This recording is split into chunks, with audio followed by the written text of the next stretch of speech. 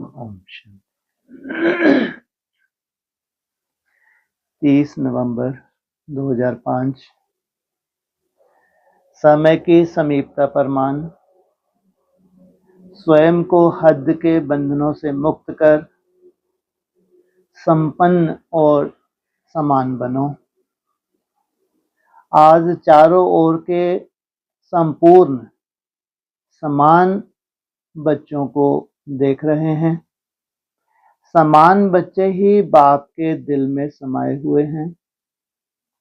समान बच्चों की विशेषता है वह सदा निर्विघ्न, निर्विकल्प, निर्माण और निर्मल होंगे। ऐसी आत्माएं सदा स्वतंत्र होती हैं, किसी भी प्रकार के हद के बंधन में बंधायमान नहीं होती। किसी भी प्रकार के हद के बंधन, कौन कौन से बंधन होते हैं? जी, देह होगी और चाहे लौकिक बंधन हो उसके ऊपर, अलौकिक बंधन उसके ऊपर,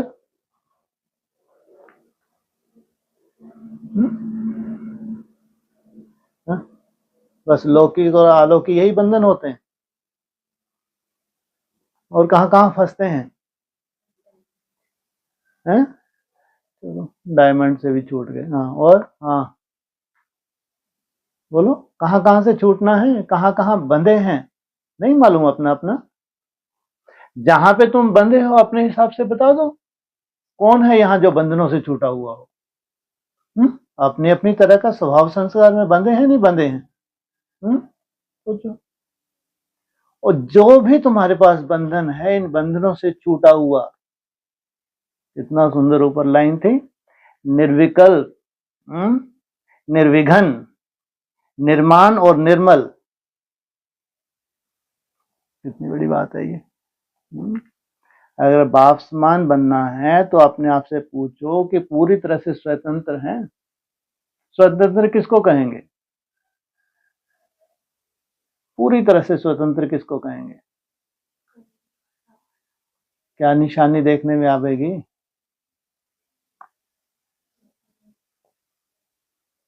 और पॉइंट ऑफ लाइट में टिका है तो बस इसी को स्वतंत्र कहेंगे। अगर देह भी तुम्हारी अपनी नहीं है तो देह से ऊपर उठा हुआ माना स्वतंत्र। अब सोचो, वो उसको कोई बांध सकता है? कोई ताकत है कोई की? तो निरंतर किस बंधन में बनता जाएगा है? इसलिए आत्मिक स्मृति में टिकना ये अपने आप की संपूर्णता ही है।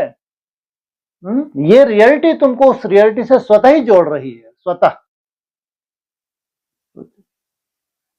जितना तुम बंधन मुक्त हो रहे हो, जितना निर्बंधन हो रहे हो, किस तरफ खींच रहे हो? कोई मान शान पद, यहाँ पदों का भी तो बंधन होता है, नहीं होता? कौन से पद हैं यहाँ? सेवा के पद होते हैं क्या? हाँ, कौन से पद हैं? अरे बड़े से बड़े पद कौन से हैं? कैसे? अष्ट देव हैं। कितना बड़ा बंधन है ये। वो मूर्तियां खंडित हैं ही नहीं, ध्यान रखना, उनके लिए कोई वैल्यू नहीं है इनकी, वो कहीं फंसती ही नहीं। हम 8 में आएंगे, हमारा बहुत मान मर्तबा होगा, ये खंडित है ये, वो ऐसी है ही नहीं और कभी नहीं आएगा। उनको जैसे एलर्जी होती है, उनको एलर्जी होती है। ये उनकी हकीकत है। वो किसमें जीना पसंद करते हैं? निर्विकारी जीवन, भ्रुकुटी में जीवन पसंद करते हैं। इसके बिना उनको पसंद ही नहीं आता कि उनमें कोई भूत नहीं घुसता। इसलिए कोई बंधन नहीं, तब जाके बाप समान बनते हैं, तब वो सुख ले पाते हैं, तब वो शांति ले पाते हैं। सबसे बड़ी प्रॉपर्टी है संगम युग की। 90 वर्ष हो गए इस यज्ञ को लगभग। है किसी के पास ये प्रॉपर्टी? सबने अपना अपना पुरुषार्थ किया है, अपने अपने संस्कार लेके धारण करके गए हैं, फिर जन्म लिया। अभी लास्ट समय है, अंतिम का भी अंत समय है। निर्विघ्न बात बहुत बड़ी है। क्या निर्विकल्प तो तुम्हारी क्या है, फाइनल स्टेज है जिसकी संसार में कोई कल्पना ही ना कर सके। सोचो क्या है वो स्टेज, निर्विकल्प। अब चेतन मन भी क्या हो रहा है, इसका कोई प्रभाव नहीं बचा। जबकि ये तो संस्कारों में ऐसे जैसे कंप्यूटराइज है, वो संस्कार के रूप में इतना सूक्ष्म है, जैसे हम कैसे काम करते हैं। सोचो वो भी नहीं बचा, बस क्या बचा, पॉइंट ऑफ लाइट बचे। कोई बंधन नहीं, इसी स्टेज में जाके वो आत्मा निर्बंधन होती है, जिसको कहते हैं बाप समान। तो अपने आप से पूछो, ऐसी बेहद की स्वतंत्र आत्मा बने हो, ऐसी बेहद की स्वतंत्र आत्मा। सबसे पहली स्वतंत्रता है देह भान से स्वतंत्र, जो निरंतर ही बना हुआ है। सोचो 24 घंटे सोते हैं तो भी स्वप्न के रूप में क्या आ रहा है, देहवान किसी ना किसी रूप में। स्वप्न माना क्या है, देहवान है। जब चाहे तब देह का आधार ले, जब चाहे देह से न्यारे हो जाएं। कितना सेकंड लगे आधार लेने के लिए, न्यारे होने के लिए 1 सेकंड। न्यारा हुआ, डिटैच, फिर तुम कर्म के अपने बंधन में आए तो कोई टेंशन की जरूरत नहीं है।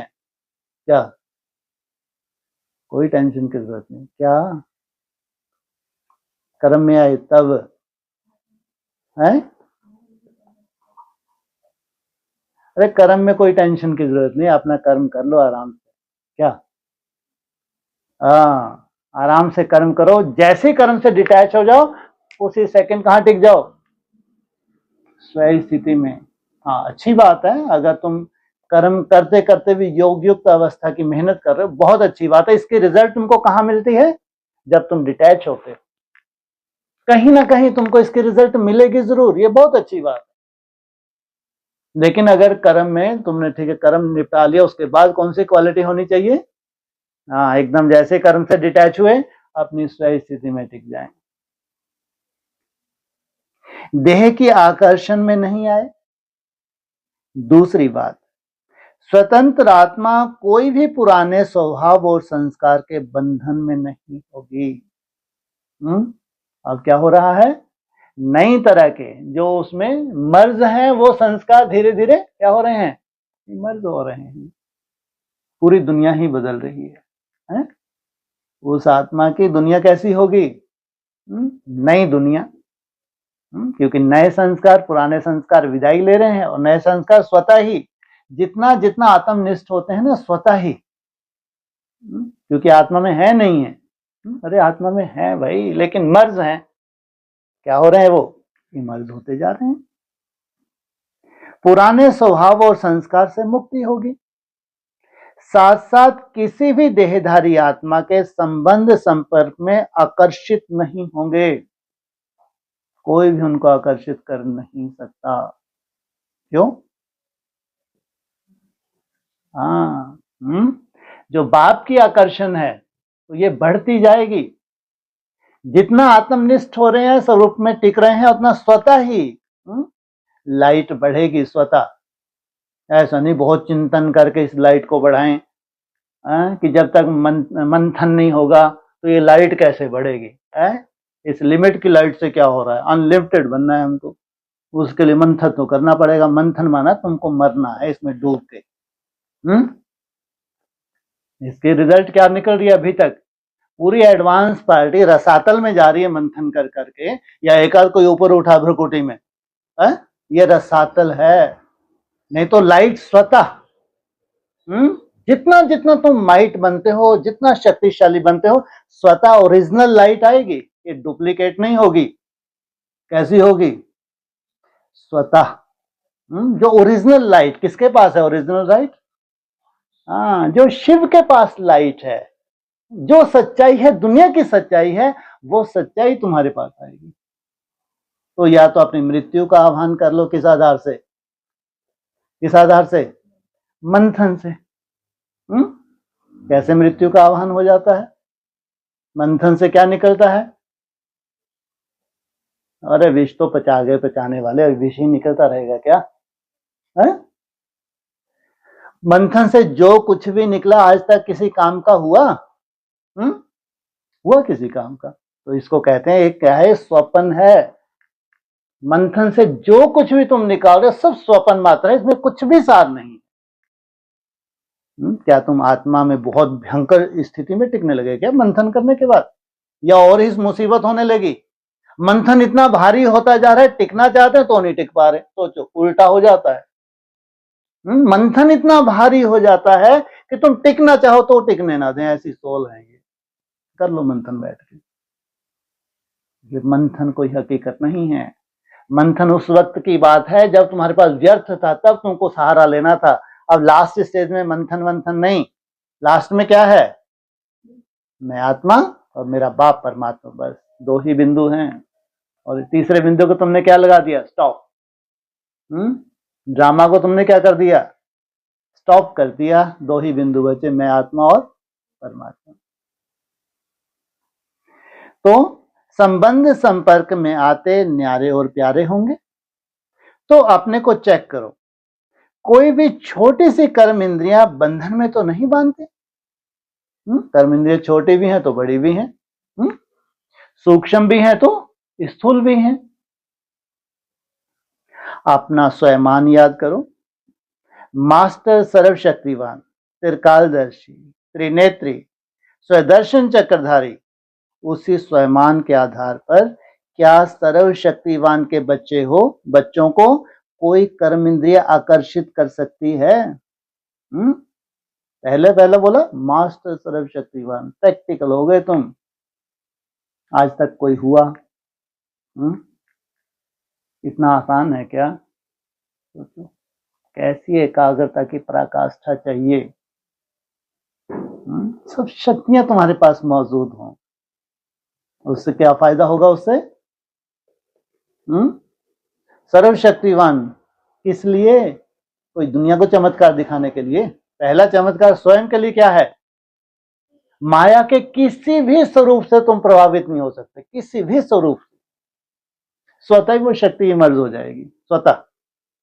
चाहे समाने की शक्ति हो, चाहे सहन शक्ति हो, चाहे निर्णय शक्ति, जो भी शक्तियां हैं, स्वतः प्रभावित नहीं हो सकती। फिर त्रिकालदर्शी, तुम तो सब त्रिकालदर्शी हो। ब्रह्मा कुमारियों का नशा कि हम त्रिकालदर्शी हैं। क्या क्या तीनों कालों को जानती हैं वो? सतयुग, त्रेता, द्वापर, कलयुग। अब मरने के बाद हम जाएंगे स्वर्ग। ये है त्रिकालदर्शी। क्या मतलब होता है त्रिकालदर्शी का?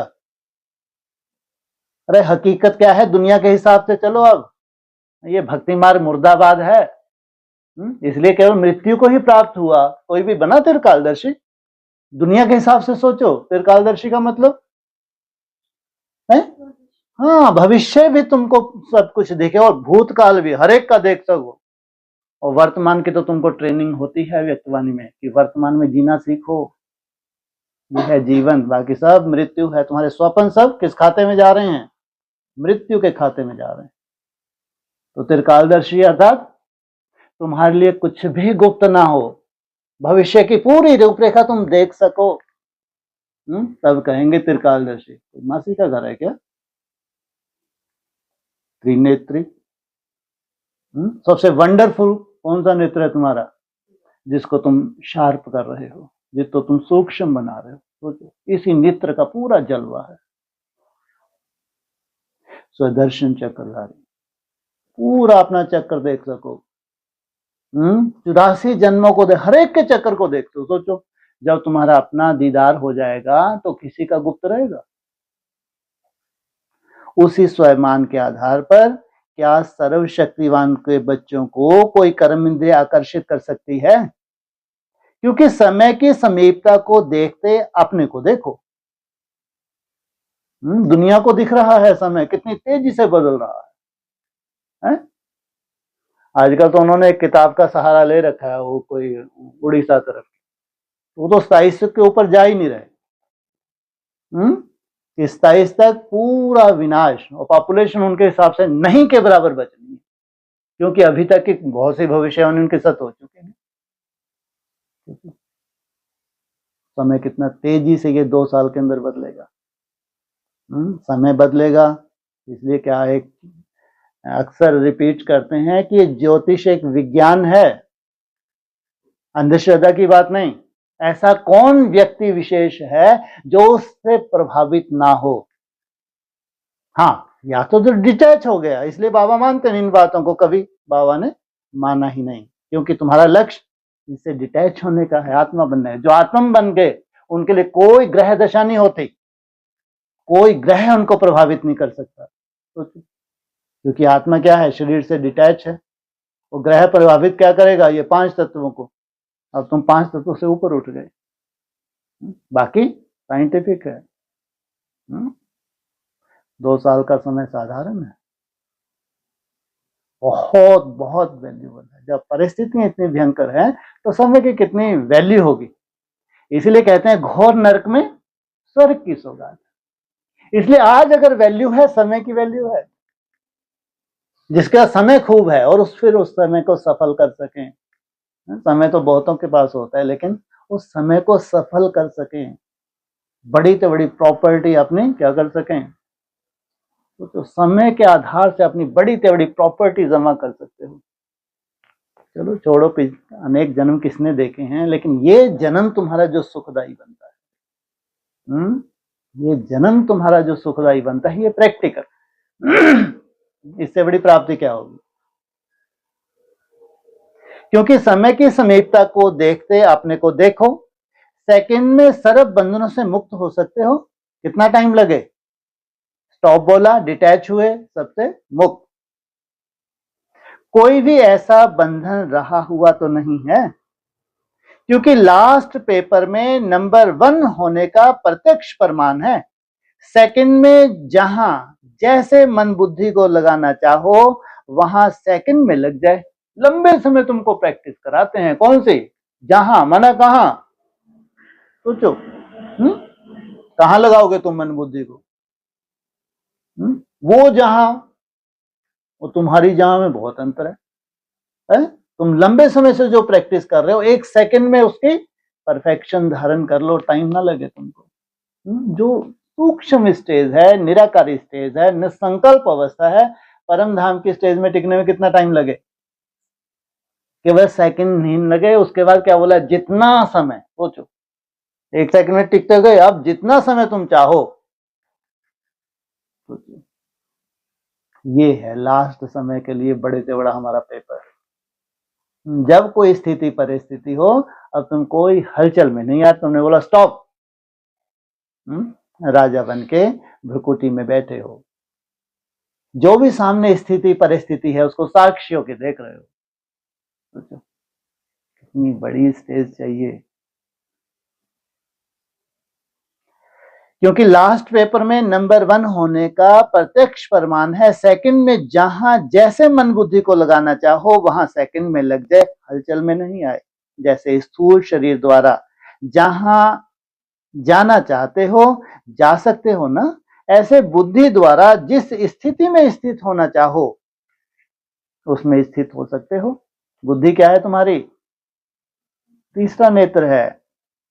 जैसे साइंस ने लाइट हाउस माइट हाउस बनाया है, तो सेकंड में स्विच ऑन करने से लाइट हाउस चारों ओर लाइट देने लगता है, माइट देने लगता है। ऐसे आप स्मृति के संकल्प का स्विच ऑन करने से लाइट हाउस माइट हाउस होके आत्माओं को लाइट माइट दे सकते हो। 1 सेकंड का ऑर्डर हो, अशरीरी बन जाओ। बन जाएंगे ना? युद्ध करनी पड़ेगी।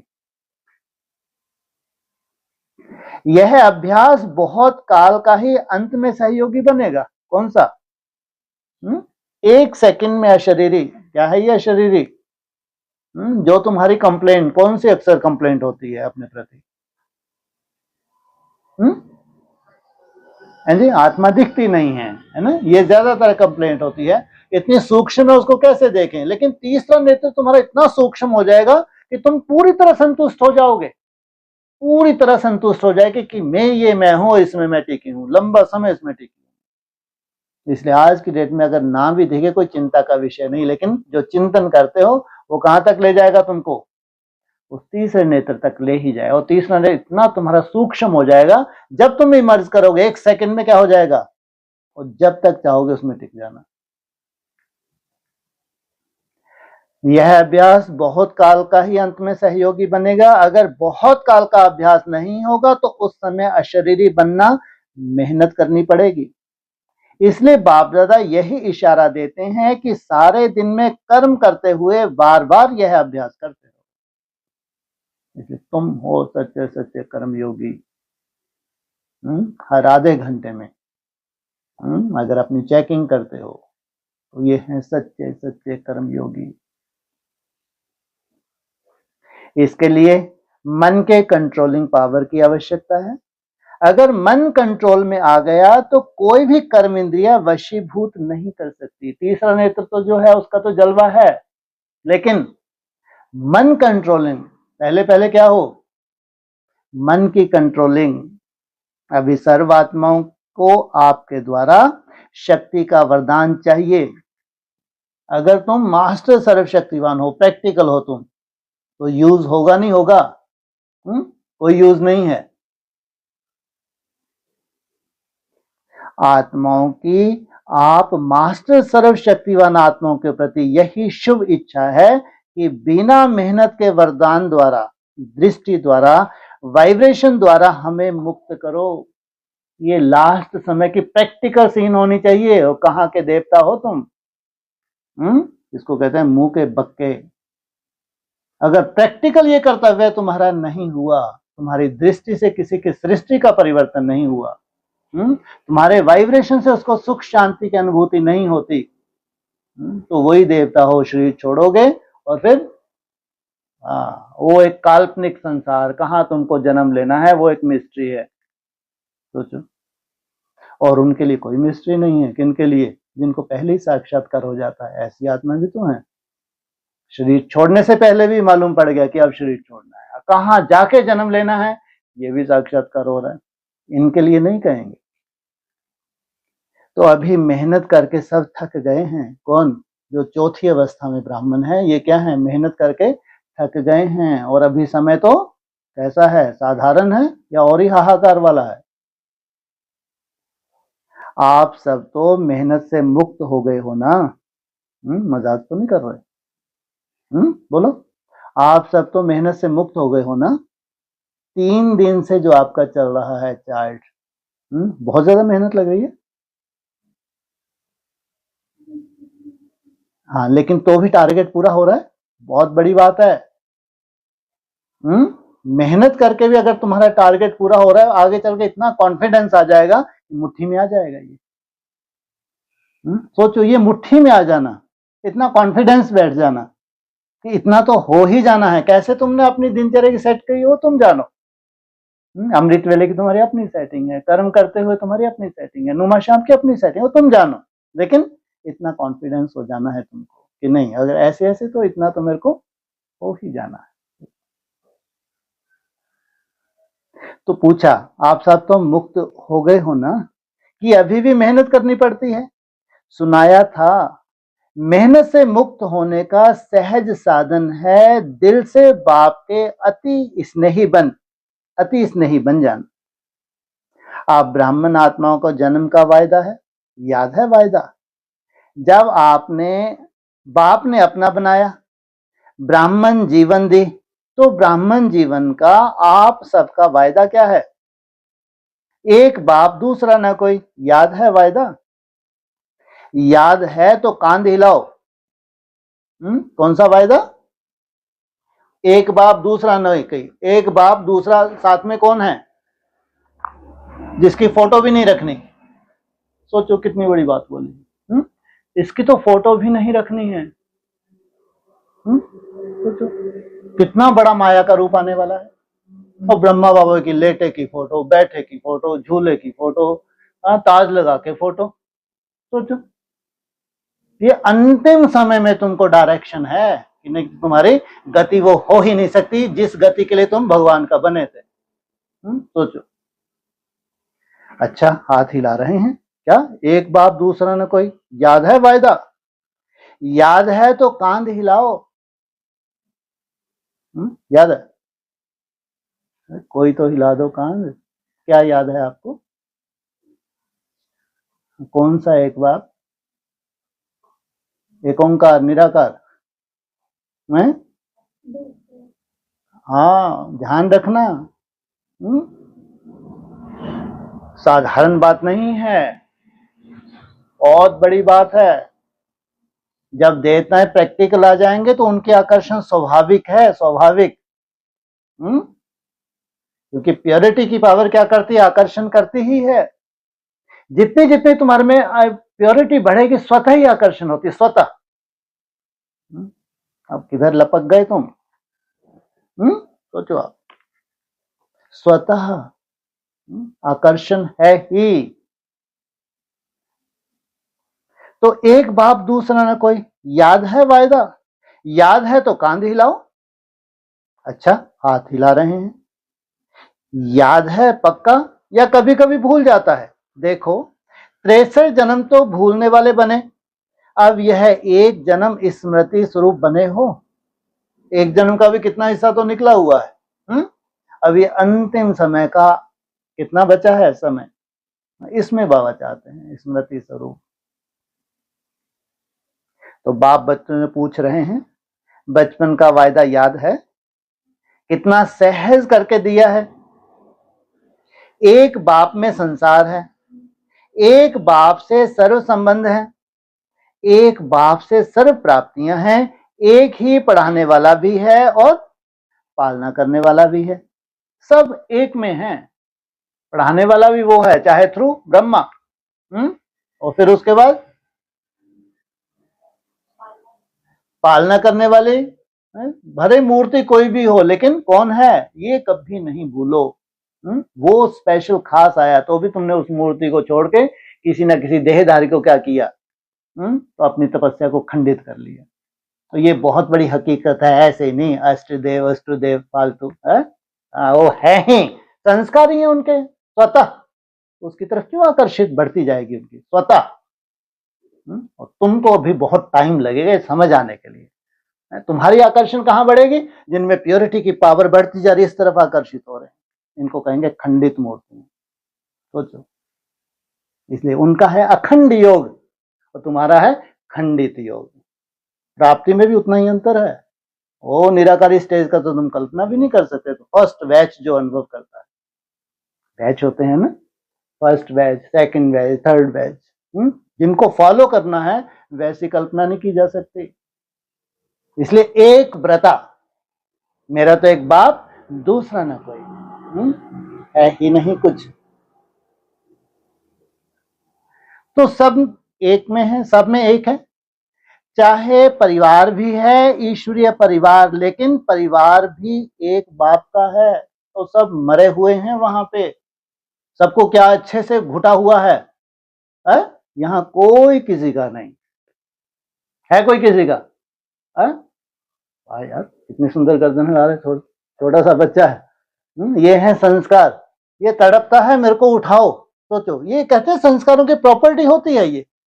सोचो, इसको तकलीफ होती है कि मेरे को सुबह क्यों नहीं उठाते।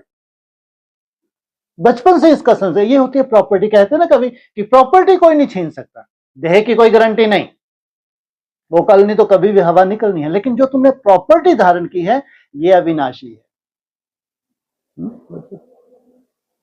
इसलिए कोई किसी का नहीं। वो है परिवार छोटा सा जिससे सृष्टि की शुरुआत होती है। कौन सा परिवार बताया मुरली में? मोहजीत राजा का परिवार। सोचो, जिनसे सृष्टि की शुरुआत हो तो कैसे होंगे वो बाप समान बच्चे हैं।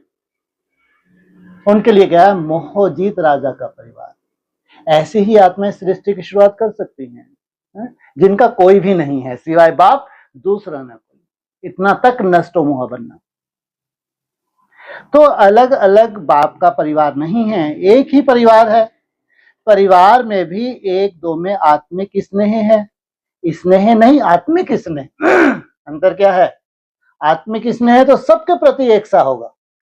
नहीं तो जो सामने देह है उनसे संस्कार मिलते हैं तो बहुत सुंदर, संस्कार मिलते हैं तो स्नेह है, जिनसे संस्कार नहीं मिलते उनके वैसा स्नेह नहीं होगा। और आत्मा से स्नेह है तो सब क्या है, भाई भाई, सबके प्रति कैसा होगा, समान होगा।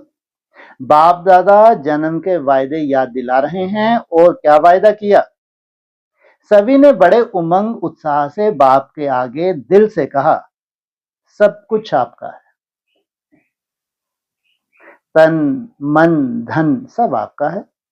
तो दी हुई चीज बाप की अमानत के रूप में बाप ने कार्य में लगाने के लिए दिया है। आपने बाप को दे दी ना, वापिस थोड़ा थोड़ा ले लेते हो, वापिस लेते हो तो अमानत में खयानत हो जाती है। कोई कोई बच्चे कहते हैं, रूह रेहान करते हैं ना, तो कहते हैं मेरा मन परेशान रहता है, मेरा मन आया कहां से। अगर तुम साक्षी दृष्टा हो तो ये आया कहां से। जब मेरा तेरे को अर्पण किया तो मेरा मन आया कहां से।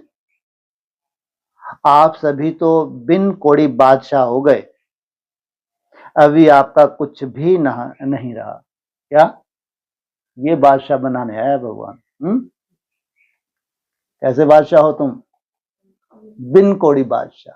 जानते हो इन कोड़ियों से कभी स्वर्ग की स्थापना हुई ही नहीं थी। करके दिखा दे बड़े बड़े महल बना के। धन से कभी भी स्वर्ग की स्थापना नहीं हो सकती। तो तुम बिना कौड़ी के बादशाह के, तुम्हारी बुद्धि में ये कौड़ियां नहीं हैं। क्या है तुम्हारी बुद्धि में, मेरा तो एक बाप दूसरा ना कोई। अभी आपका कुछ नहीं रहा, बिन कौड़ी हो गए लेकिन बादशाह हो गए। क्यों, बाप का खजाना वह आपका खजाना हो गया, तो बादशाह हो गए हो ना। क्या बोला, जो बाप का खजाना वो आपका खजाना। बाप का खजाना क्या है, स्थूल में तो कुछ भी नहीं है, बाप के खजाने में कुछ नहीं है। अगर स्थूल में कुछ है तुम्हारे पास, वो बाप का खजाना नहीं है, वो तो माया का खजाना है जो बाप से तुमको दूर करता है। बाप का खजाना तो तुम्हारा खजाना कौन सा है, जो भी बाप के पास अलौकिक है, लौकिक नहीं, वो परमात्मा है और तुम आत्मा हो। तो वो पूरी प्रॉपर्टी जो उसके पास है वो तुमको चाहिए। सोचो, जितनी भी शक्तियां हैं, चाहे गुण हैं, जो कुछ भी है उसके अंदर कुछ तो होगा या कुछ भी नहीं है।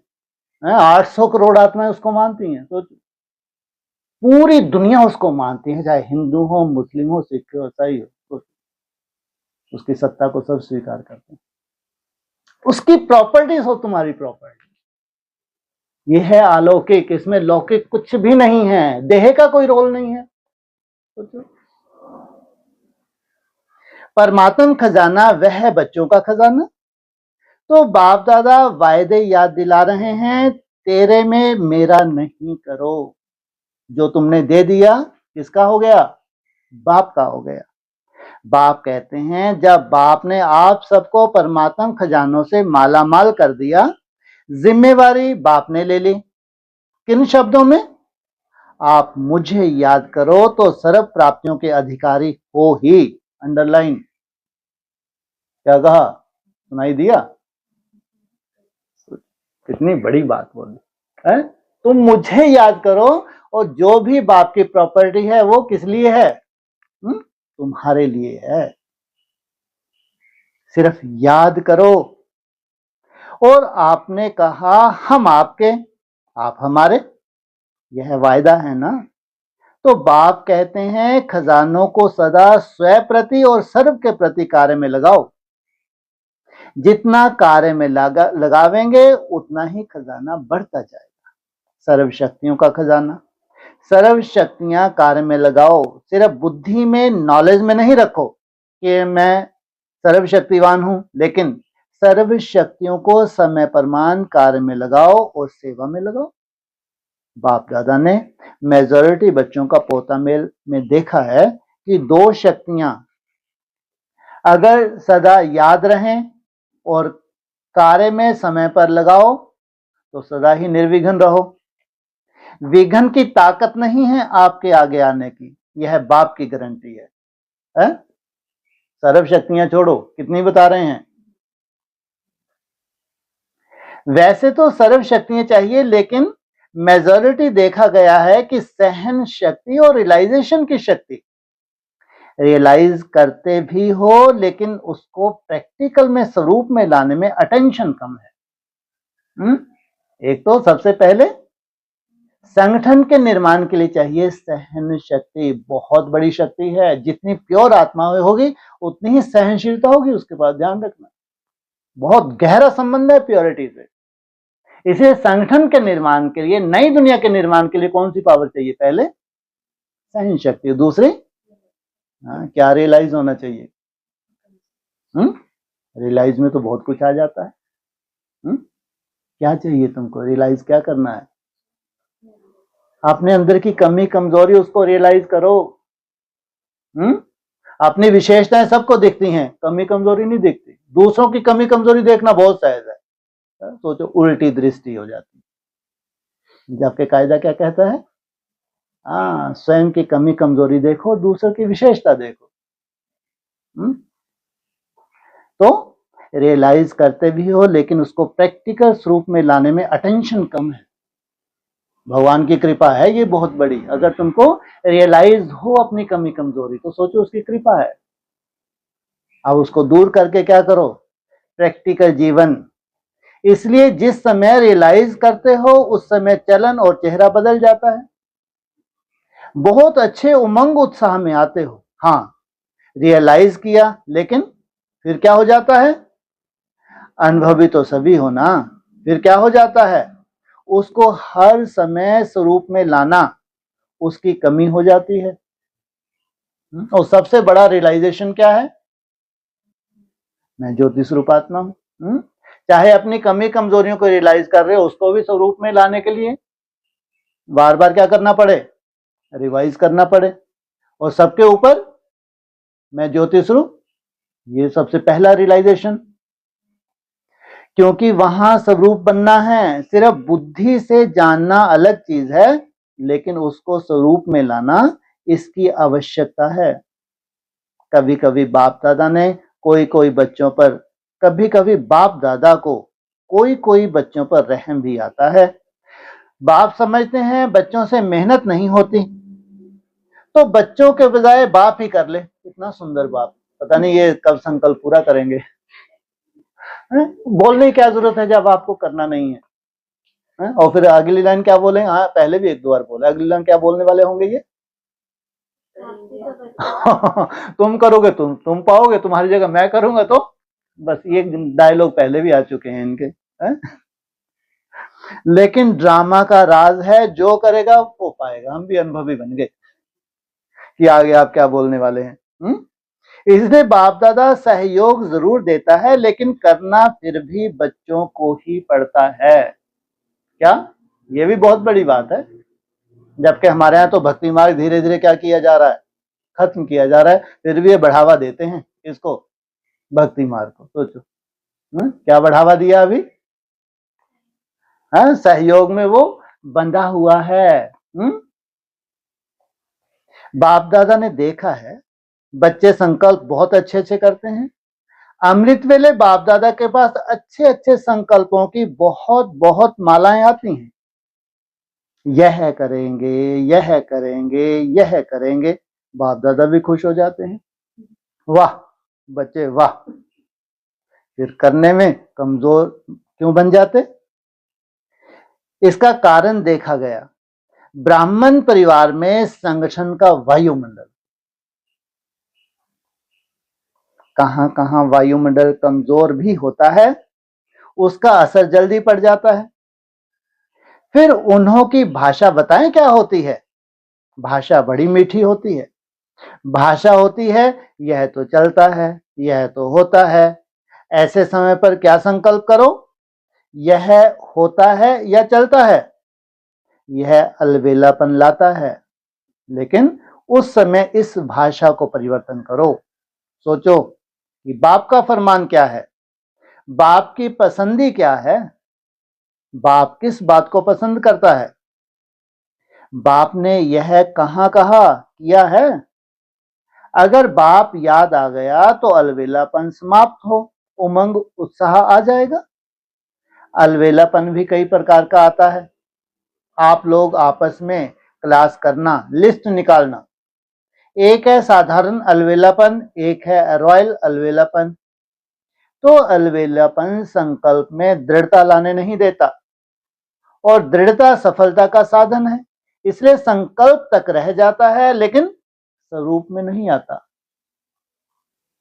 तो आज क्या सुना? वायदे याद कराए हैं ना।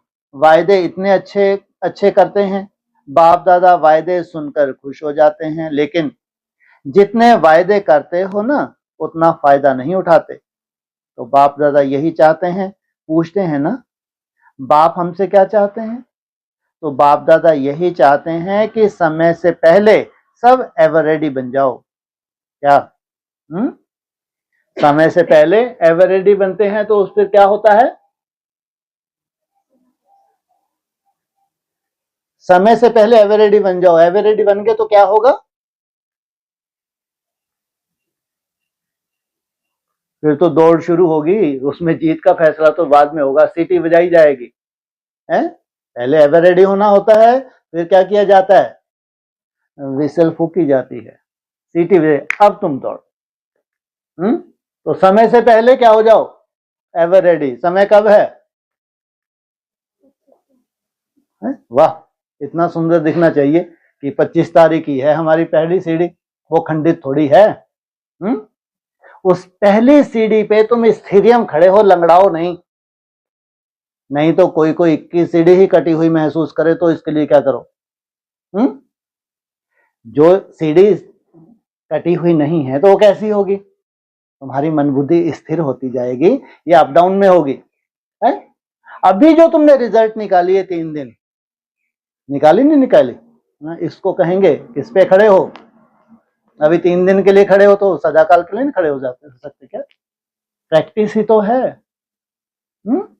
प्रैक्टिस करके अपना क्या हो, एक कॉन्फिडेंस हो जाए बस, तो समझो तुम सीढ़ी पे क्या हो, स्थिर हो, नीचे कभी आ नहीं सकते। तो बाप दादा यही चाहते हैं कि समय से पहले सब एवर रेडी बन जाएं। समय आपका मास्टर नहीं बने, समय के मास्टर आप हो। इसलिए यही बाप दादा चाहता है कि समय के पहले संपन्न बन, विश्व की स्टेज पर बाप के साथ साथ आप बच्चे भी प्रत्यक्ष हों, संपन्न बन के। अच्छा, जो नए नए आए हैं मिलने के लिए हाथ उठाओ, बड़ा हाथ उठाओ, लंबा। अच्छा, बाप दादा नए नए बच्चों को देख खुश होते हैं कि भाग्यवान बच्चे अपना भाग्य लेने के लिए पहुंच गए हैं। समझ में आती है? कहाँ है भाई जी, कहाँ चले गए? समझ में आती है वाणी? समझ में आती है? कैसे याद करते हो? गुड। मन कैसे रखते हैं मन शांत? कौन सा महामंत्र है मन शांत रखने के लिए? मेरा बाबा मीठा बाबा प्यारा बाबा, इसकी धुन। जब भी तुम्हारा मन अशांत हो तो क्या करे? मेरा बाबा मीठा बाबा प्यारा बाबा, इसकी धुन लगा दें तो क्या हो जाए? मन शांत। तो भाग्यवान बच्चे अपना भाग्य लेने के लिए पहुंच गए, इसलिए मुबारक हो, मुबारक हो। अभी जो भी नए बच्चे आए हैं उनमें से देखेंगे कमाल कौन करके दिखाते हैं। भले आए पीछे हैं लेकिन आगे जाके दिखाओ। बाप दादा के पास तो सब रिजल्ट पहुंचती है। अच्छा, सेवा का टर्न दिल्ली आगरा का है। अच्छा, दिल्ली वाले उठो, हाथ हिलाओ, बहुत अच्छा किया, चांस लिया। टीचर भी बहुत आई हैं, अच्छा है। टीचर को देखकर बाप दादा खुश होते हैं, क्यों? बाप की गद्दी के अधिकारी बने हो। बाप दादा टीचर को सदा भाई कहते हैं। बाप समान सेवाधारी बने और प्रवृत्ति में रहने वाले जो भी आए हैं, कुमारियां भी आई हैं, कुमार भी आए हैं। अभी दिल्ली में कोई नवीनता करके दिखाओ। मेगा प्रोग्राम भी हो गए, कॉन्फ्रेंस भी हो गई, वर्गों के प्रोग्राम भी बहुत हो गए। अभी नवीनता क्या करनी है? कोई नया प्लान बनाया है? दिल्ली वालों ने बनाया है, बना रहे हैं।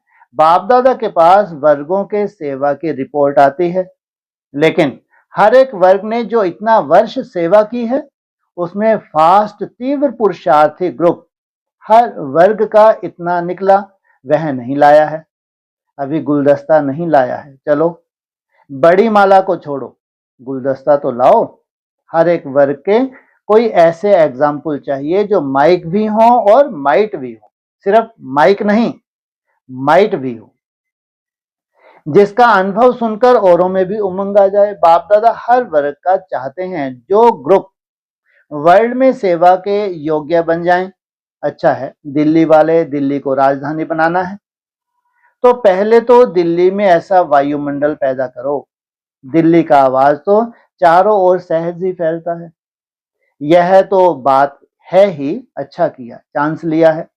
आधा क्लास तो दिल्ली दिखाई दे रहा है। अभी नवीनता, दूसरे बारी कोई नवीनता लेके आना।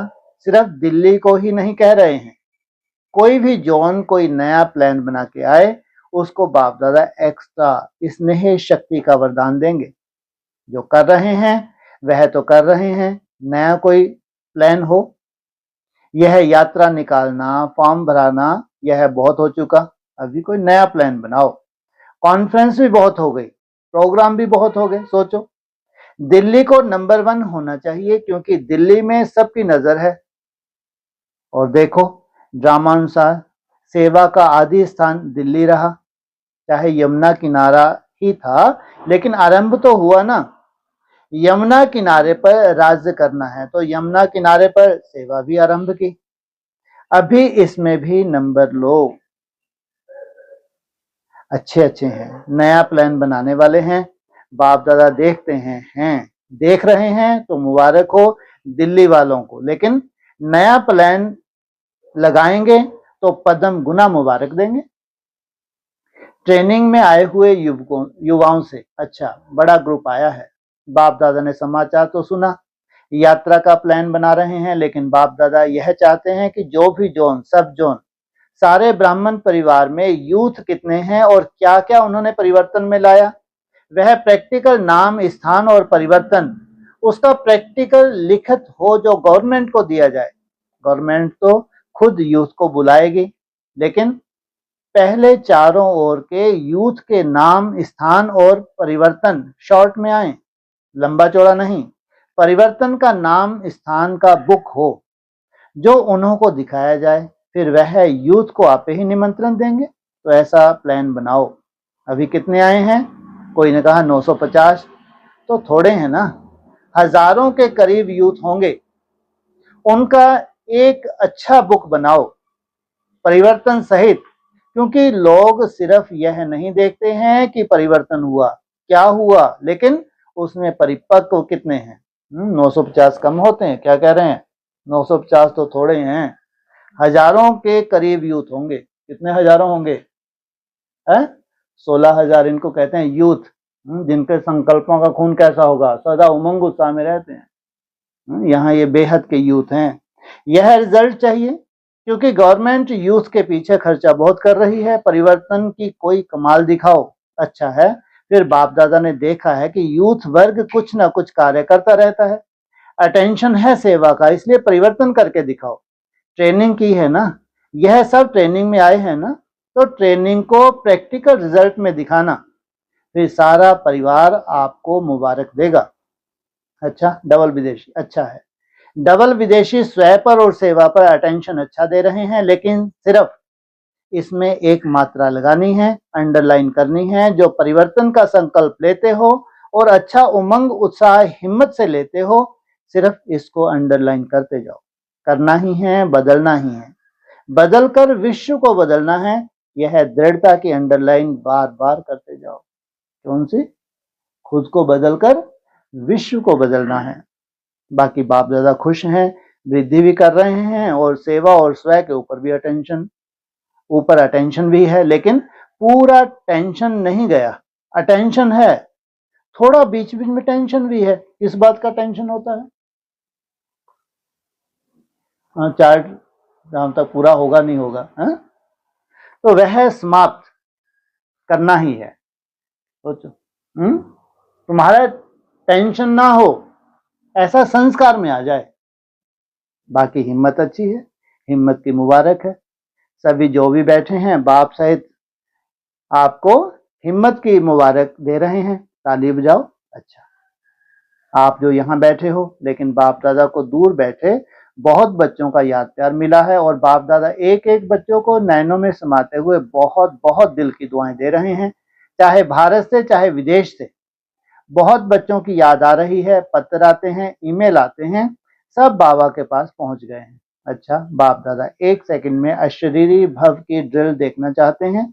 अगर अंत में पास होना है तो यह ड्रिल बहुत आवश्यक है। इसलिए अभी इतने बड़े संगठन में बैठे 1 सेकंड में देह भान से परे स्थिति में स्थित हो जाओ। कोई आकर्षण आकर्षित नहीं करे। बाबा ने ड्रिल कराई। अच्छा, चारों ओर के तीव्र पुरुषार्थी बच्चों को, सदा स्वयं परिवर्तन और विश्व परिवर्तन की सेवा में तत्पर रहने वाले विशेष आत्माओं को, सदा ब्रह्मा बाप समान कर्मयोगी कर्म की कर्म इंद्रियों के आकर्षण से मुक्त आत्माओं को, सदा दृढ़ता को हर संकल्प हर बोल हर कर्म में स्वरूप में लाने वाले बाप के समीप और समान बच्चों को बाप दादा के दिल की दुआएं और दिल का याद प्यार स्वीकार हो। और नमस्ते। दादी जी से तंदुरुस्त हो गई, अभी बीमारी गई। बीमारियां महारथियों से विदाई लेने के लिए आती हैं। अंदर ही अंदर कर्मातीत बनने की रिहर्सल कर रही है। दादी जानकी कह रही है, दादी बेफिक्र बादशाह है, आप फिक्र वाली हैं क्या? आप भी बेफिक्र। दोनों ही पार्ट अच्छा बजा रही हैं। देखो, सबसे बड़े से बड़ा जिम्मेवारी का ताज पहनने वाली निमित्त तो बनी ना, यह सब साथी हैं। आप लोगों को देख के उमंग उत्साह आता है ना, अभी क्या करना है?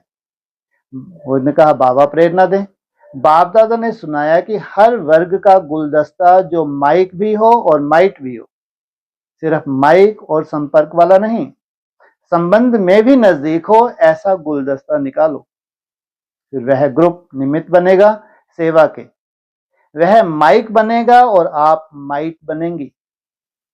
उनके जिगर से निकले बाबा, तभी प्रभाव पड़ेगा। उन्हों को संबंध में नजदीक लाओ।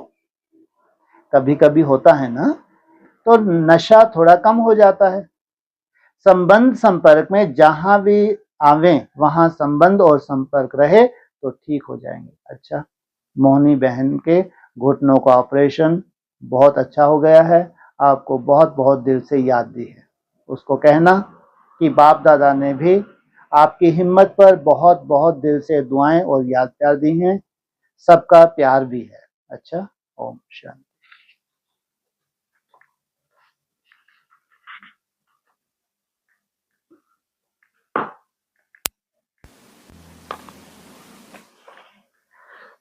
हाँ जी, अभी ऐसे बोला ना कि टेंशन नहीं होनी चाहिए, संस्कार में आ जाए। फिर संस्कार में थोड़ा आता है तो फिर आगे का टारगेट मिल जाता। माने ये टेंशन कभी जाएगी नहीं, है ना?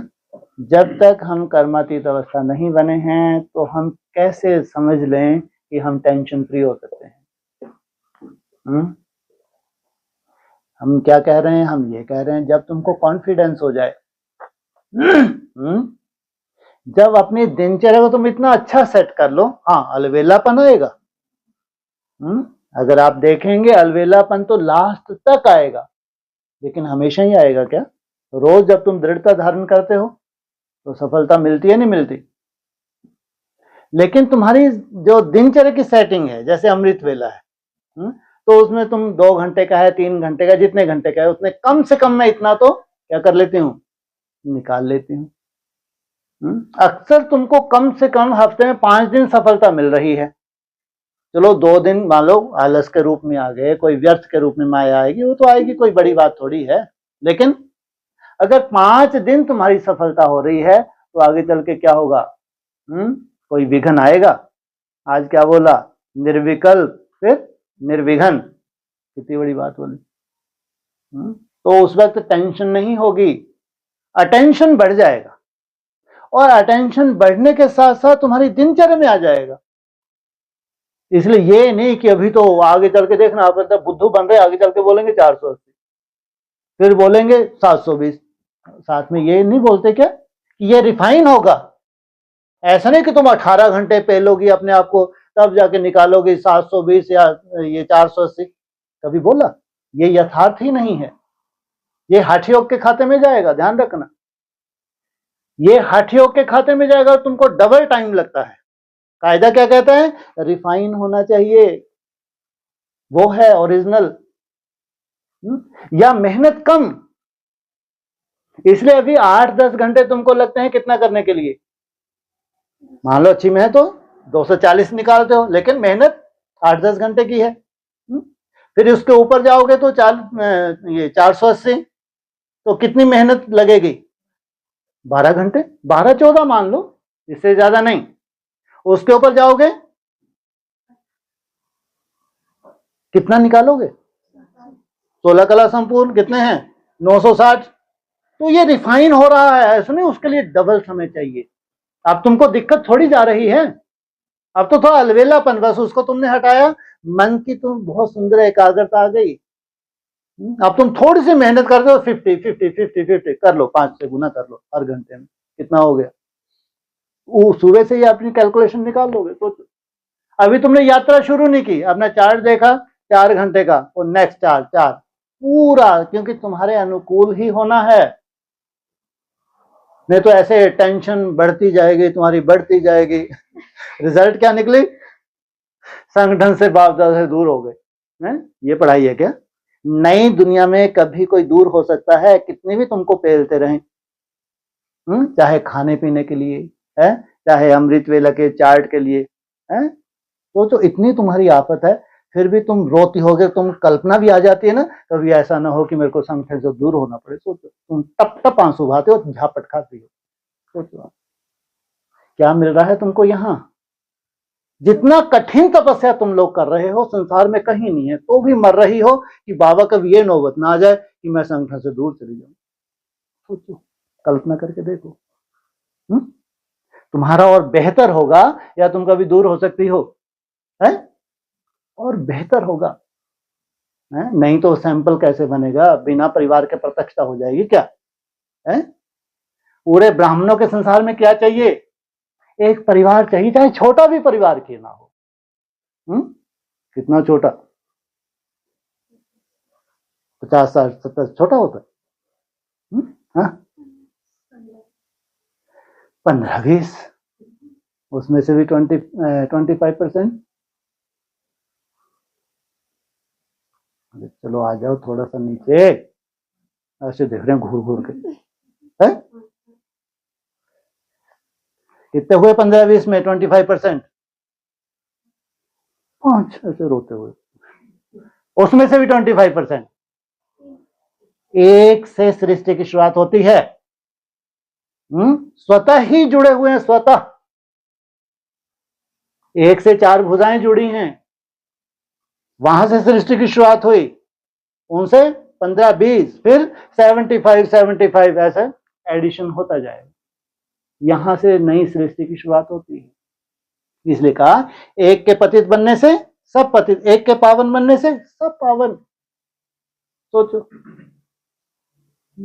उस एक के ऊपर चाहे अव्यक्त आत्मा हो, चाहे बाप दादा हो, सोचो कितना अटेंशन दे रहे होंगे, कितनी मेहनत लगती होगी उनको बेचारे को। ये एक सुधर जाए, समझो पूरा कार्य हो गया।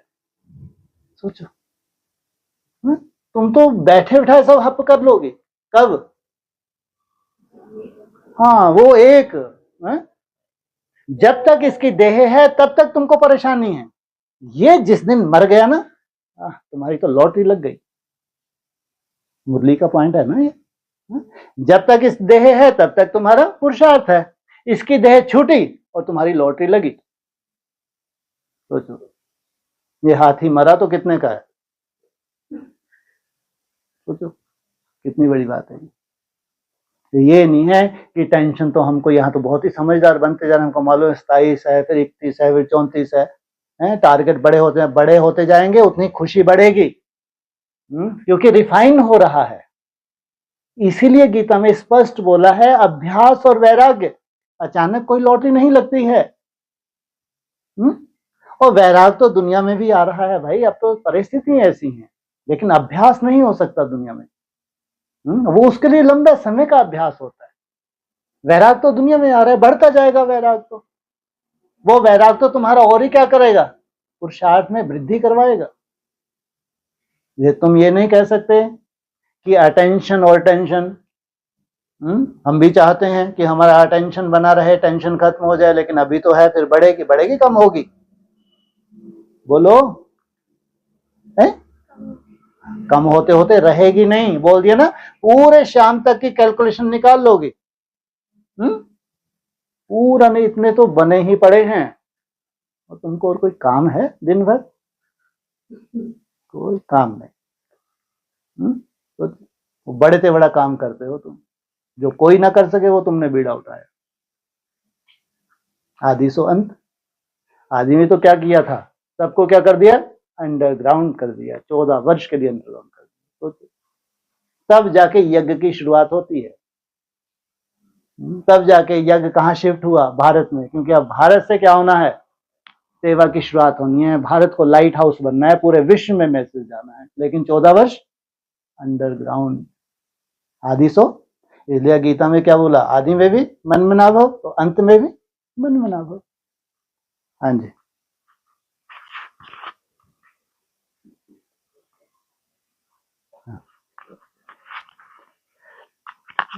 जैसे कल बाबा की मुरली चल रही थी ना, उसमें बाबा ने भारत और भारतवासियों का मेंशन करते हुए ऐसे बोला कि हाँ जी। वो जो है वो आंखों में भी नहीं फंसते, मतलब देहधारी में फंसते ही नहीं। हाँ जी। हाँ हाँ। और जो पॉइंट ऑफ लाइट है उसका ही बाबा ने वर्णन किया। हाँ हाँ। और ये बोला कि जो विदेशी विधर्मी है, हाँ जी, वो अपना देह भान छोड़ ही नहीं पाते। ठीक है। कल मुरली में ये कहा था, हाँ, क्लैरिफिकेशन में रहा हाँ होगा। जी, कभी नहीं बोल सकते मुरली। क्लैरिफिकेशन। हाँ तो मतलब भारत बोला, फिर बोला कि हाँ बताइए। फिर बाबा ने तो ये भी बोला हुआ है कि तुम हो पक्के भारतवासी। विदेश में तुमने जन्म क्यों लिया है, सेवा के लिए। विश्व को अगर मान्यता देनी है बाप को, तो विदेशों की सेवा के बिना मान्यता कैसे मिल पाएगी। इसलिए तुमको वहां जन्म लेना पड़ा। अव्यक्त वाणी में बोला, लेकिन हो शुद्ध भारतवासी। ये अव्यक्त वाणी का पॉइंट। लेकिन ये विदेशियों के लिए, मतलब मेरा क्वेश्चन थोड़ा ये। हाँ जी। विदेशी देहभान नहीं छोड़ते हैं सब लोग, लेकिन विदेशी जो होते हैं उनके लिए बाबा बोलते हैं कि वो निराकारवादी है। और वो सब पुराना ढर्रा, जितना भी पुराना मसाला सब समाप्त, और डमरू के साथ ही समाप्त। अभी तो जो तीव्र गति बताते हैं, तीव्र गति, तेजी से फास्ट तरीके से वो कर देते हैं एकदम। डिसीजन लेने की पावर किन में होती है, विदेशियों में होती है। उन्होंने परख लिया कि हाँ ये सही है। कितना टाइम लगता है, सेकंड ही लगता है। अभी वो जो है, ठीक है, अभी सोल हैं, अपनी अपनी शूटिंग कर रहे हैं। लेकिन अभी नई दुनिया में अगर बाप विदेशी बनकर आया है तो सब क्या हैं, बेहद के विदेशी हैं और पक्के पक्के स्वदेशी हैं। नहीं तो निराकारी स्टेज में टिक नहीं सकते।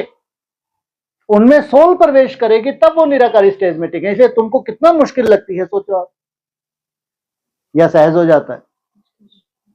मुश्किल लगती है। ये है ओरिजिनल।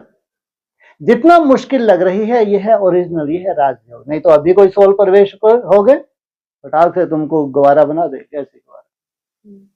तुम्हारे साथ ऐसा नहीं होता। कोई सोल इंटरफेयर नहीं कर सकती। ये जो मेहनत हो रही है, ये सब क्या कहलाएंगे? इसलिए कड़ा मृत्यु है भारतवासियों का। चाहे विदेशी हैं, लेकिन हैं ये पक्के भारतवासी। इनकी मेहनत बताती है ये भारतवासी हैं। इन्होंने बहुत बड़ा चक्कर लगाया है, जन्म जन्मांतर राजाई भोगी है। तो वृत्ति कैसी होगी इनकी? Out of control. उस वृत्ति को कंट्रोल में करना, मन बुद्धि को कंट्रोल में करना, ये इनको चैलेंज है। जो बड़े बड़े राजाएं महाराजाएं रहे हैं, लेकिन फिर संगम युग पे बताया है उतनी ही इनके पास प्योरिटी की पावर भी होती है। राजाई का आधार क्या बताया मुरलियों में? प्योरिटी। जितनी जितनी याद से तुम्हारी प्योरिटी बढ़ती है, तो प्योरिटी को हम कहां से देखेंगे? एकाग्रता से देखेंगे। तुम्हारी मन बुद्धि उतनी ही एकाग्र होती जाएगी। ये है परिभाषा। ये है जन्म जन्मांतर का राजाई का वर्षा। प्योरिटी से रूलिंग और कंट्रोलिंग पावर तुमने यहां धारण की, जो संस्कार रूप में तुम्हारे जन्म जन्मांतर चली है। इसलिए नई दुनिया में सब कौन होते हैं? स्वदेशी होते हैं। जिनसे नई सृष्टि की शुरुआत होनी है तो विदेशी हो कैसे सकते? तो इसलिए मेहनत लगती है, यह स्वाभाविक है। मेहनत लगना स्वाभाविक है। अगर जिसको मेहनत नहीं लग रही तो कुछ गड़बड़ी है। इतने अनुभवी तो नई दुनिया में बन जाना चाहिए। एकदम नीचे से कहां जाना है? एकदम नीचे अपनी स्टेज पर्सनल देखनी है, जहां तुम हो वो तुम्हारी हकीकत है, लेकिन कोई चिंता का विषय नहीं है। बाप आया हुआ है, चिंतन का विषय है। जहां तुम खड़े हो, जहां से तुम रेस शुरू कर रहे हो, वहीं बाप तुमको देख रहा है। यहां अगर तुम हिम्मत नहीं हारते तो बाबा क्या कहते हैं? हिम्मत रख बच्चे, मदद दे बाप। कितनी बड़ी बात बोलते हैं, असंभव को संभव करना। ये नई दुनिया में, क्यों नई दुनिया में एलर्जी है, किसी को एंट्री नहीं देते, देंगे भी नहीं। ध्यान रखना, अभी ये जो बड़े बड़े हैं ना एडवांस के, ये कभी आ ही नहीं पाएंगे, कभी नहीं। कल्पना भी मत करो, कभी नहीं एडमिशन मिलेगी इनको। लेकिन उनको मैसेज मिल जाएगा 27 पे, तो सबको मैसेज, लेकिन कोई रोल नहीं है, क्योंकि जहां रिसर्च होती है वहां ढर्रे का रोल नहीं है, स्ट्रेंथ का रोल नहीं है। नहीं तो रिसर्च नहीं हो सकती। अपने ही परिवार के लिए अगर तुमको कुछ करना है तो तुमको स्ट्रेंथ नहीं चाहिए, क्वालिटी चाहिए, क्वांटिटी नहीं चाहिए। और क्वालिटी वाली आत्माएं ज्वाइन करेंगी और वो वृद्धि को पाएंगी। जहां वे भी होंगी वहां से तुमको सहयोग करेंगे और तुम्हारा सहयोग उनको मिलेगा। ये है हकीकत, ये है राजयोग, ये है संगठन। संगठन को ये नहीं कि हम यहां बैठे यही संगठन है। जो भी तुम्हारे जैसे स्वभाव संस्कार धारण करने की कोशिश कर रहा है, विश्व के किसी कोने में भी है, वो जैसे संगठन को ज्वाइन किया हुआ है। ट्रैफिक कंट्रोल की विधि तुमको क्यों दी? ताकि एक मत, एक भाषा, एक संकल्प, सब एक साथ टिकने की कोशिश करें। तो जो कैसे संस्कार बनाए जा रहे हैं थ्रू ट्रैफिक कंट्रोल, सोचो, ये एक बीज धारण कर रहे हैं हम संगठित रूप में। आगे चल के देखना कितने ग्रुप होंगे ट्रैफिक कंट्रोल के, ढेर सारे ग्रुप होंगे और सब एक सा ही कर रहे होंगे। इसलिए विश्व के किसी भी कोने में होगा वो अलग नहीं है, उसी रूपरेखा में बंधा हुआ है। तो उसका सहयोग संगठन को मिलता है और संगठन का सहयोग उसको मिलता है। ऐसे 16,000 आत्माएं विश्व के किसी कोने में भी होंगी, लेकिन केंद्र पॉइंट उनका एक ही होगा। मन बुद्धि से वो वहीं अटैच होंगी। ये है नई दुनिया की परिभाषा। अच्छा,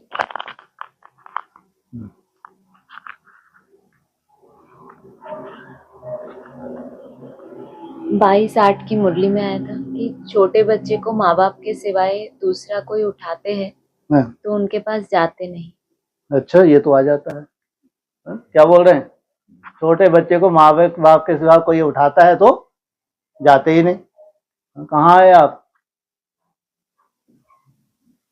हैं जी, कहाँ है? क्लास में। गुड। क्लास में कौन सी पढ़ाई होती है? ईश्वरीय पढ़ाई होती है। वो पढ़ाई पढ़ने आए। इसलिए बाबा क्या कहते हैं, यहाँ बच्चा हो बूढ़ा हो सबकी क्या है?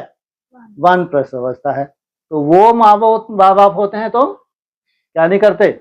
बच्चे को कोई छीन भी ना दे। लेकिन यहाँ, हाँ आगे तो बोलो।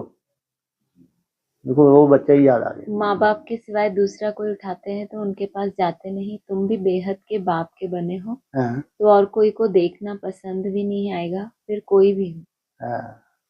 ये जो बोला, फिर कोई भी हो, तुमको देखना पसंद नहीं आएगा या उनको तुमको देखना पसंद नहीं आएगा या बाप को?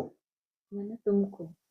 तुम भी बेहद के बाप के जैसे वो बच्चा और किसी के पास नहीं जाता। हाँ, ऐसे तुमको भी किसी और के पास कोई को देखना पसंद नहीं है। फिर कोई भी हो। मेरा तो एक बाप, अगर बाप की गोद छोड़ के किसी की गोद में जाएंगे, मन बुद्धि से किसको स्वीकार कर लेंगे तो क्या हो जाएगा? ये तो कायदा नहीं है ना। इसलिए तुमको बाप ने गोद लिया है तो और कोई की गोद में जा नहीं सकते। कितने भी आगे चल के धर्म प्रत्यक्ष हो जाएं, अनेक धर्मों के प्रत्यक्ष हो जाएं, लेकिन तुमने देवता धर्म की गोद ली है तो तुम जा नहीं सकते। हाँ जी। अगला है 23/8 का कि अजमेर में ब्राह्मण होते हैं और हरिद्वार में सन्यासी ही सन्यासी। क्या बात है, अति सुंदर है ये तो। हाँ? अजमेर में क्या है? ब्राह्मण है। कहाँ है अजमेर? बेहद का। किसकी पूजा होती है? ब्रह्मा की पूजा होती है। तो वो एक के पीछे जो अव्यक्त संदेश आया बिल्कुल भेड़ बकरी जैसे चले जा रहे हैं। तो वहां है सब क्या है? ब्राह्मण अर्थात पवित्र हैं। पंडित नहीं है। पंडित और ब्राह्मणों में अंतर होता है। क्या अंतर होता है? हाँ, गाल बजावा। एडवांस पार्टी में ये क्या है? सब पंडित, कथा करने वाले, ब्राह्मण नहीं। वो अजमेर में जो है ब्राह्मण, ये क्या है? हाँ, पवित्र हैं तो ब्राह्मण है। लेकिन हरिद्वार में मेरा तो एक बाप दूसरा न कोई। संपूर्ण संन्यास। जब देह भी अपनी नहीं है तो देहधारी हमारा कौन हो सकता है? इस स्टेज की आत्माएं जब इस लेवल तक पुरुषार्थी बनती हैं तब जाके बाप समान बन पाती हैं। यह है हरि का द्वार, जहां संपूर्ण संन्यास करके और फिर तुम्हारा योग बहुत नामी ग्रामी है। कोई कल्पना भी ना कर सके कि घंटों निसंकल्प भी हुआ जा सकता है। ये डिपेंड करता है तुम्हारे संन्यास के ऊपर। जहां तक जितना तुमने संन्यास धारण किया है, जहां तक जितना, उतना ही तुम निराकारी निसंकल्प अवस्था में जाते हो। हरिद्वार में किनका हजूम होता है? सन्यासियों का। ये बेहद के सन्यास। हाँ जी। पंडे ब्राह्मण होते हैं परंतु वह तो भूखे होते हैं।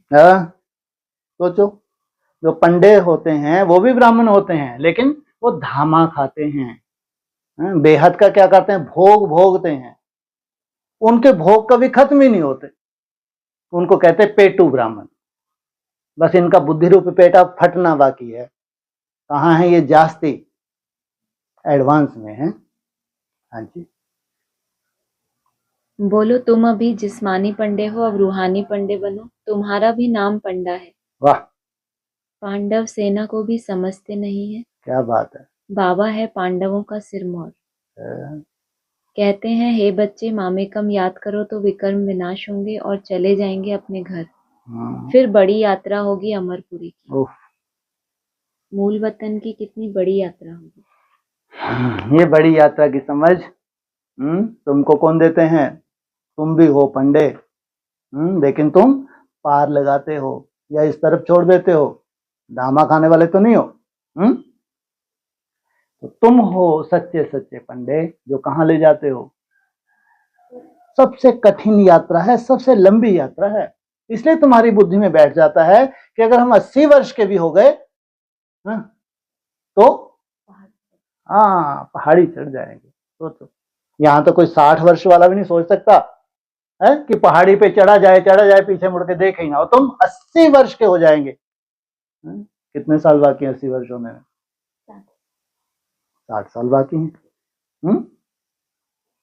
तो 76 के आसपास पहुंच जाओगे, नहीं पहुंच जाओगे। लेकिन क्या बुढ़ापा कहेंगे? है? इनका कभी बुढ़ापा नहीं आ सकता। मन बुद्धि और ही क्या होगी? स्ट्रांग होती जाएगी। इनका बुढ़ापा कभी नहीं आता भाई। लेकिन तुम्हारी यात्रा जो हकीकत है किसमें समाना है? हाँ, और निराकारी स्टेज में बापसमान बनना। इसलिए लंबी आयु, निसंकल्प अवस्था में लंबी आयु की नूंद है। जबके लिए तुम्हारे लिए सैंपल कब तैयार हो जाएंगे? अरे सैंपल तो चाहिए, नहीं तो ऐसी नीरसता बनी रहेगी। वे तो 76 ही देखते रहेंगे। 27 में फर्स्ट राउंड में ही सैंपल तैयार हो जाएंगे। 34 में सैंपल तैयार हो जाएंगे जो तुमको कॉन्फिडेंस आ जाए। अगर ये बन सकते हैं तो हम क्यों नहीं? हम भी तो वैसे स्टेप के ऊपर स्टेप रख रहे हैं। क्योंकि 47 में तो राजधानी स्थापन होनी है। राजधानी को 2, 4, 6 से थोड़ी होती है। राजधानी 47 में स्थापन होनी है तो उसके बाद 10 वर्ष और दे रहे हैं। कहां तक? 56 तक। तो सोचो कितनी आत्माएं चाहिए? 16,000 तो चाहिए ही चाहिए। उनके बिना राजधानी कैसे? आदि में बोला था 300-400 मिली हैं। कितनी चाहिए? 16,000 तो लक्ष्य कब तक था 16,000 को कंप्लीट करने का? 76, 40 वर्ष दिए थे, साक्षात्कार हुआ था, मतलब 300-400 मिली हैं, लेकिन 16,000 चाहिए, और 76 लास्ट था। लेकिन हुआ? बिल्कुल नहीं हुआ। लेकिन अब होगा, नहीं होगा, अब लास्ट में है प्रैक्टिकल। नहीं तो दुनिया को भगवान की पहचान कभी मिलेगी नहीं। कितना भी ब्रह्मा कुमारी ढिंढोरा पीटती रहे, कभी भगवान की पहचान पूरे विश्व में नहीं दे पाएंगे। इसलिए जब प्रैक्टिकल होगा तो स्वतः ही पूरे विश्व में क्या होगा? बाप को पहचान मिल जाएगी। हाँ जी, इसलिए यात्रा तुम्हारी क्या है? सुखदाई भी है, केवल लंबी लंबी नहीं। क्या है? हाँ, अभी थोड़ी सी है, जो आज शब्द आया ना जो तुमको अच्छा नहीं लगा, कौन सा शब्द था वो? हाँ, टेंशन वाला शब्द। लेकिन अगर सदा ही टेंशन में ही तुम जी रहे हो, इससे तो क्या ये भगवान का ज्ञान है क्या? अगर तुमको सबसे ज्यादा टेंशन देने के लिए भगवान आया है तो तुमको मालूम नहीं था कि सबसे बड़ी टेंशन तो वहां है जहां मैं जा रही हूँ। यहां से अच्छे तो एडवांस पार्टी, खाओ पियो आनंद लो। उनसे अच्छी ब्रह्मा कुमारी, बड़े बड़े महलों का कम से कम, हाँ अब ये जीवन है तो इस जीवन में कम से कम आनंद तो ले रही हैं, बड़ी बड़ी गाड़ियां हैं, बड़े महल हैं, तो कम से कम जीवन धन्य तो कर लिया उन्होंने। लेकिन मरने के बाद वो बात अलग। तो अगर तुम्हारी बड़े से बड़ी मुसीबत है यहाँ पे, तो क्या होगा भविष्य तुम्हारा? अभी भी तुमको मुसीबत अगर नहीं लगती तो बहुत भाग्यशाली। लगती है मुसीबत? देखो ये सब बोले कि नहीं लगती। अभी जो हल्कापन आ रहा है ना, अब 25 तारीख तो दूर है। 25 तारीख तक तुमको जो कॉन्फिडेंस बैठेगा ना, फिर जो भट्टी मिलेगी उसका जलवा देखना। जो 84 डेज की तुमको भट्टी मिले, जो 2 बजने से पहले तुमको कैसा कर देंगे, सोचो आप।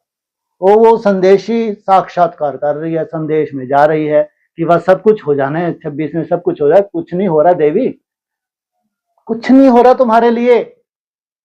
तुम्हारे तो कान पे जूं भी नहीं रहेंगे। संदेश तो पहुंचते होंगे, अगर साकार वाणी में ही आ गया है। कितने बजे से टनाटन होके बैठ गई? 2 बजे से बैठ गई कि वह 26 में बहुत कुछ होने वाला है। अरे कुछ नहीं होगा, ये भक्ति मार्ग थोड़ी है। अभी तो पंडे भी शांत हो जाएंगे 27 में। जितने बड़े बड़े पंडे हैं ना माउंट आबू में बैठे, ये शांत हो जाएंगे बेचारे, बस स्वयं स्थिति के लिए बोलेंगे, क्योंकि कुछ नहीं होना है उनके हिसाब से। कोई चमत्कार दिखाने नहीं भगवान आया। प्रैक्टिकल जो है वो बहुत ही अंडरग्राउंड होता है।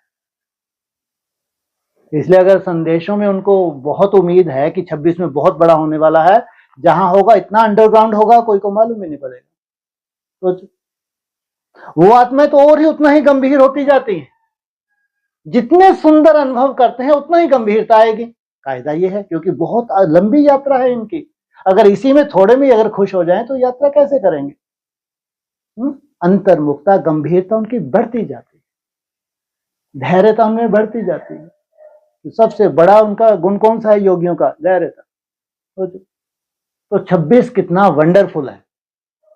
2 बजे क्या हुआ? छुक छुक छुक छुक, ट्रेन तैयार, चलने को तैयार, और तुम ट्रेन में सवार। हाँ, ऐसा नहीं कि बाहर से देख रहे हैं, छुक छुक बाहर में दौड़ते जा रहे हैं, अभी तो दरवाजा खुला ही नहीं है। तो वो भी अच्छा है बेचारा ड्राइवर, कि अभी ज्यादा तेज नहीं कर रहा।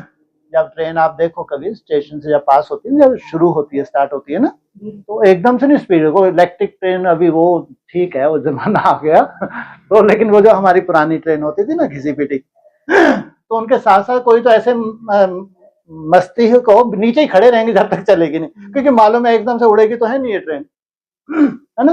वो तो मस्ती ही करते रहेंगे। छुक छुक भी होती, कूकू भी कर दिया उसने, कोई असर नहीं हो रहा इनके, मालूम है। कोई उड़ना तो है नहीं, इस ट्रेन को पकड़ लेंगे दौड़ के। सोचो इतना कॉन्फिडेंस है। अगर अंदर सीट नहीं भी, अलवेलेपन की वजह से बाहर भी खड़े हैं, तो ये ऐसी ट्रेन नहीं है कि उड़ के पहुंच गई, कोई इलेक्ट्रिक ट्रेन है ये, ऐसा नहीं है ना। माना चालू तो माना चालू, छुक छुक हो ना, छुक छुक होगी, स्टार्ट हो जाएगी, लेकिन तुम साथ साथ चले ही जाओगे, चिंता नहीं करो, है तुम्हारे लिए ही है। इसके लिए ट्रेन, नहीं तो यहाँ क्यों बैठी हो? अगर यहां बैठे हैं तो वो ट्रेन तुम्हारा पहला अधिकार है। तो कितने बजे? 2 बजे। और उनको कितने बजे मिलेगी? 8 बजे। कितना रटा हुआ है अपने को? पूरे विश्व में छा रही हैं वो, पूरे वर्ल्ड में छा रही हैं। और तुम चैलेंज करो उनको जाके, ये 8 से पहले भूल जाओ, तुम कुछ देख पाओगे। तुम्हारे पास ऐसा क्या है कि उनको चैलेंज कर सकते हो? टूटी फूटी एकाग्रता है तुम्हारे पास। अभी टूटी फूटी है, लेकिन तो भी जो तुम मेहनत कर रहे हो उसमें बहुत बल है, इस मेहनत में बहुत बल है। उनके पास ये मेहनत भी नहीं है भाई। जबरदस्ती उड़ी फिरती हैं, संदेशों में उड़ती फिरी हैं, जबकि वो हकीकत नहीं है। आज तक कुछ हकीकत हुआ संदेशों के द्वारा? कुछ नहीं। आगे चल के इतने सुंदर तुमको माइक मिलेंगे, माइट भी होंगे, ऐसा नहीं केवल माइक है वो, वहीं के माइक होंगे, लेकिन माइट भी होंगे, उनको रास्ता दिखाएंगे। ये तुम्हारे लिए है, ये 2 बजने वाले। हाँ जी। तो बोला ना कि पहले याद करो विकर्म विनाश होंगे और घर जाएंगे, उसके बाद वो यात्रा शुरू होगी। अति सुंदर। पहले क्या करो? याद करो, विकर्म विनाश करो, फिर कहां जाना है? घर जाना है, फिर वो यात्रा शुरू होगी। इनसे मिलो। अभी क्या करो? ये तो कई बार अंडरलाइन कर लेना चाहिए, ये तो बहुत ही सुंदर पॉइंट है। अभी क्या करो?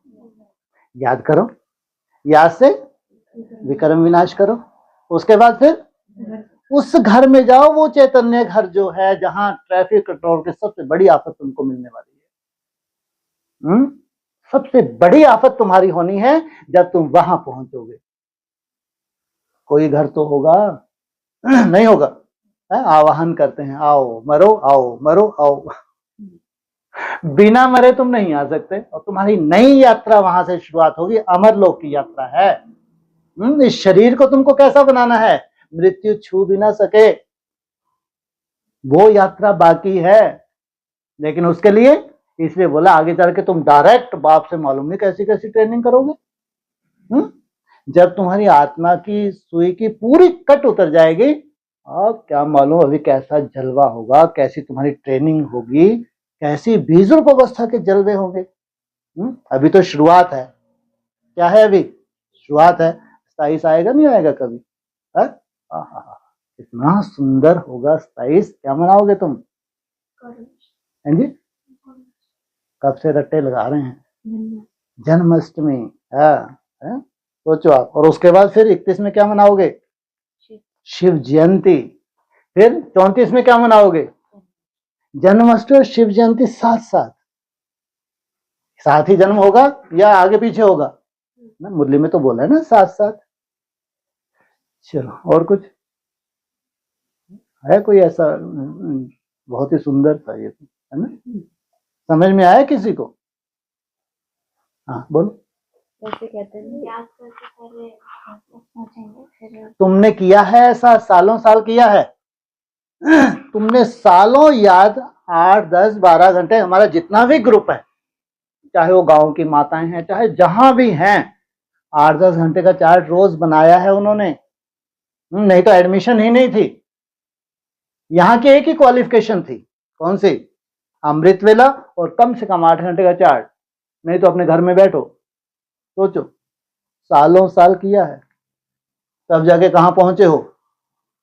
घर में पहुंचे हो। अब यहां की तुम्हारी यात्रा है अमर भव का वरदान लेना। मृत्यु तुमको छू भी ना सके, और वो भी साइंटिफिक। चाहे तुम्हारा शारीरिक, तो चाहे तुम्हारी आत्मा। आत्मा जितनी पावरफुल होगी तो क्या करेगी? शरीर को भी। क्योंकि इच्छा मात्रा में अविद्या होती जा रही है। जितनी जितनी आत्मा पावरफुल हो रही है, इच्छाएं उसकी कम होती हैं।